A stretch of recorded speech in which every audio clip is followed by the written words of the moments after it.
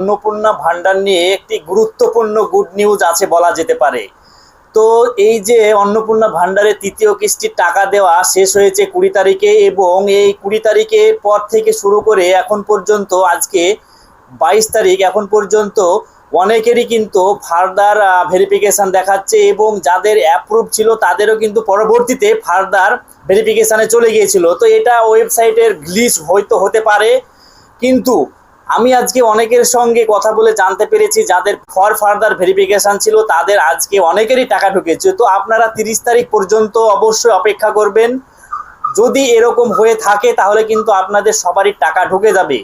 Further verification কিন্তু officially log ইনে দেখাচ্ছে অ্যাপ্রুভ। হয়তো ওয়েবসাইটে কোনো গ্লিচ রয়েছে, সেই জন্য এরকম ফার্দার ভেরিফিকেশান দেখাচ্ছে, কিন্তু সঠিক তথ্য হচ্ছে এটাই যে যাদের ফার্দার ভেরিফিকেশান রয়েছে তাদের কিন্তু টাকা ঢুকছে। তো আপনারা ধৈর্য হারাবেন না এবং ভিডিওটি একটু বেশি পরিমাণে ছড়িয়ে দিবেন যাতে বিষয়টি সবাই জানতে পারে।